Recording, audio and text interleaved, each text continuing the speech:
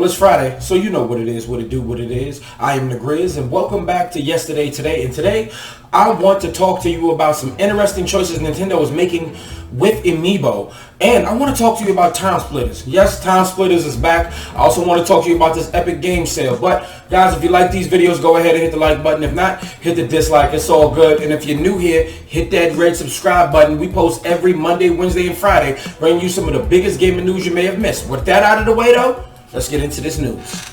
Alright, so first of all, I want to go ahead and just tell y'all to highlight the Epic Game Store. Just go to the Epic Game Store if you have PC. Right now, NBA 2K21 is free until May 27th. Not only that, when you go over to the Mega Sale section, they have games from $15 up, $10 off. So it doesn't matter if the game's 60, 50, 40, or 30. If it's $10 less, you're definitely getting the W. And of course, if you're there and your PC can run it, NBA 2K21 is free until May 27th. Alright, so let's talk about Ratchet Clank Rift Apart, shall we? Well, another trailer was recently released, and while the game looks absolutely amazing. You have Mr. Zircon Jr. basically narrating the whole trailer, letting you know that you can go from different planets and everything basically looks different. There's, of course, different planets and different things look different. You got jungle systems, and then, of course, you have basically remixed versions from the other old games, and the worlds are just revamped. And then of course you got mounts and stuff like that. Everything looks very, very different, and I had to highlight this because we are just merely a few weeks away from Ratchet Clank Rift Apart, and right in front of it is Biomutant, and I'm hoping Biomutant is really great, but I hope I can knock that out of the way so I can make space for this, because no matter what I'm playing, June 11th, when Ratchet Clank Rift Apart comes out, I'm dropping everything and I'm playing it, and you be sure I will be streaming it on Tuesday and Thursday until I finish it. Alright, so let's talk about the Red brand real quick. Right? So in July we're going to be getting a remaster of The Legend of Zelda Skyward Sword, a game that I'm actually looking forward to myself. And of course, you know, as games came and evolved, there was save points, and then of course you can fast travel. But in this one, fast traveling was a little mixy because you could only travel from save points back in the day when it was only on the Wii. But now, if you want a better version, well, the best they could do was attach it to an amiibo. Yeah. Kind of a paywall thing. You want to be able to fast travel from a dungeon or any other place in some buildings, well, you're going to need to buy this $10 to $15 amiibo. Listen, to some, that might not seem like nothing, but for the average gamer who just really doesn't want to pay for extra, just wants everything there, that's just what it is. But we don't know if it's going to get better over time, but if you buy it right now, maybe Nintendo's like, alright, let's see if we can make some bank off of this right now, but eventually we're going to patch it in, and hopefully I can play the game and watch. I'll probably be done with the game by the time they decide to patch that in, after they've made some bucks. But that's just really a bit of a disappointing piece of news, because they're basically locking it behind a paywall, but people are going to buy this. I am one of them.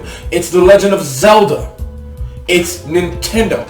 If you put out a Nintendo Legacy title that is basically $60 for like the next 20 years, people are going to buy it. People are going to complain about it, but people are going to buy it. We always complain about some stuff that Nintendo does, but we always give them our money. I just wanted to bring this information to y'all just about what we're complaining about, but we're still probably going to buy it. Let me know in the comments below though if you plan on getting it though. Alright, so if you've been following my channel for a while, first of all, thank you.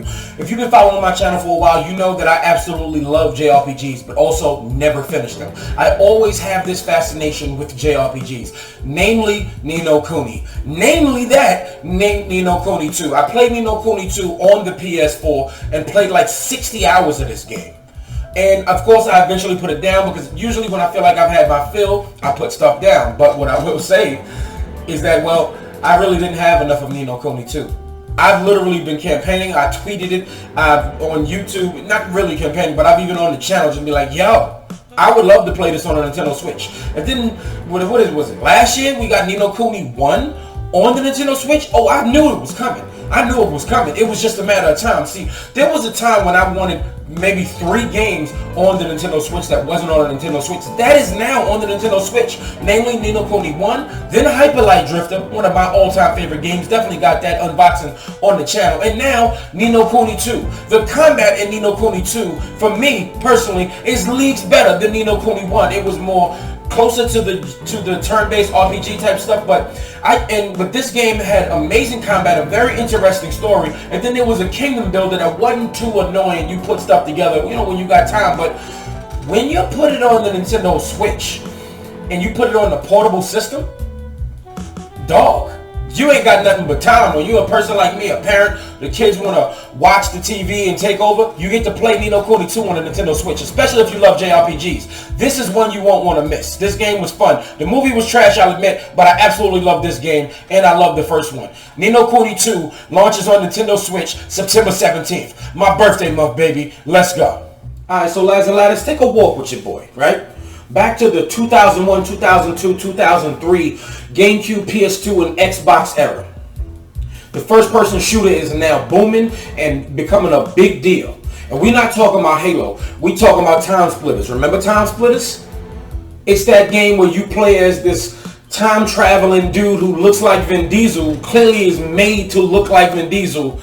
He was across 3 iterations where you're going through 60s, 70s, 90s, and even the future. The first-person shooters that didn't really have any blood until the third one. I have this in my memory because I was literally playing this one. Yes, this one, Timesplitters Future Perfect, just this past weekend. You see, I set up a new dresser in my bedroom and I wanted to put all of my retro gaming things in there, right? But why am I talking about Timesplitters? Because it's back, baby. Deep Silver tweeted out just the other day. They said, Free Radical Design, a new Deep Silver studio.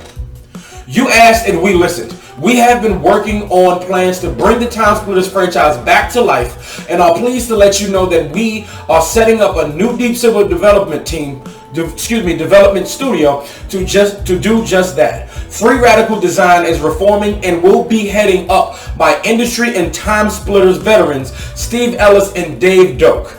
This is an exciting first step in the process. Development on a new game has not yet started and we will update you when we have more news to share. Now they said development on a new game hasn't started. They didn't say nothing about a remaster, okay? I'm putting out hope. I'm holding out hope. Take this with a grain of salt, but this is from your boy.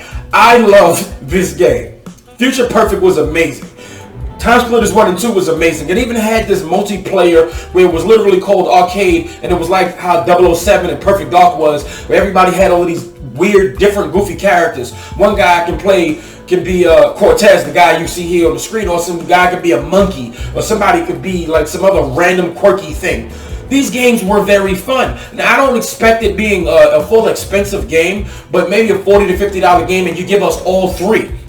And put them out on next-gen systems, current-gen systems, the Nintendo Switch Pro, it doesn't matter. These should even be able to run on base PS4 mode. Games already look like potato. Just scale them up, render them up a little bit, and it's all good. I'm not a developer, I might sound like a fool or whatever, I don't really know, but I just give it to me right now. All you gotta do is touch up the controls and just give me the game right now and I'll play it, even though I have the game in here. You understand what I'm saying? I'm very, very excited that this is happening. Do you remember Timesplitters? Are you a fan? Are you happy that this is even happening? Let me know down in the comments below. Alright, so let's once again talk about Starfield. So, among the most recent days, Starfield has been kind of the talk of the town. All of these rumors popping up and stuff like that. Jeff Grubb, he basically said, yes, it is exclusive to Xbox. It is not coming to anything else. But now, people are wondering when the game is actually coming out. But some of the big dogs in the gaming industry, Tom Warren and Jason Schreier and others, had definitely took to Twitter to officially basically confirm and put this stuff out there, right? So, it all started with Luke Stevens, and he said, apparently Starfield has been pretty much done since September of last year. BGS has spent this year polishing it and refining the next-gen port. I'm told they're trying to make up for Fallout 76 and deliver a game that's polished to perfection. Coming this year, watch. Jason Schreier retweeted that and said, rumors like this keep floating around, but Starfield is nowhere near done. According to several people familiar with development, it'll be at E3, but the planned release date I've heard is way later than most people expect.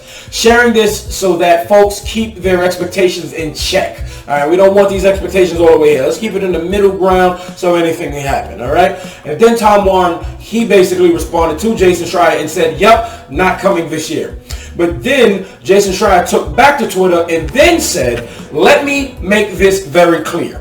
Bethesda's plans is to tease a release date for Starfield at E3. The date is late 2022. 2022, lads and ladettes.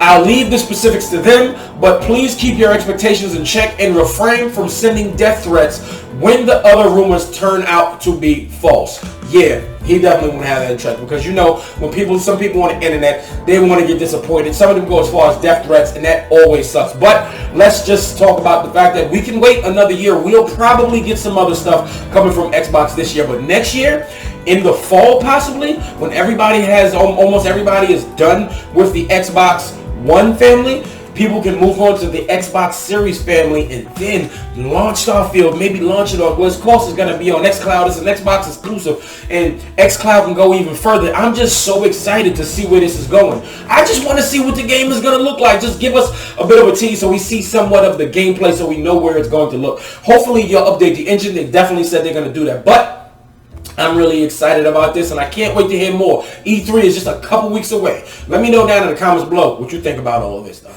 Alright, lads and ladders, that is it for today, man. If you like this video, go ahead and hit that like button. If not, hit the dislike. It's all good. Go ahead and hit that subscribe button and turn on all those notifications. And also, don't forget to share this video and make sure you spread the joy, because I'm bringing you some of the biggest gaming news you may have missed from yesterday today. Make sure you spread the word. I'd love to get those numbers up. I was trying to get to 3,300 for 3,300 subscribers by September 4th, which is my birthday. Then I'll be 34. But let's see if we can get it going. It's not too late. We are only in May. We got a few months here, lads and ladders. Help me get those numbers up. Roll to 3,300. Lads and ladders, thank you so much for watching. Tell me what you think about all this down in the comments below. But for now, though, have a great weekend. Play some great games. This video is finito.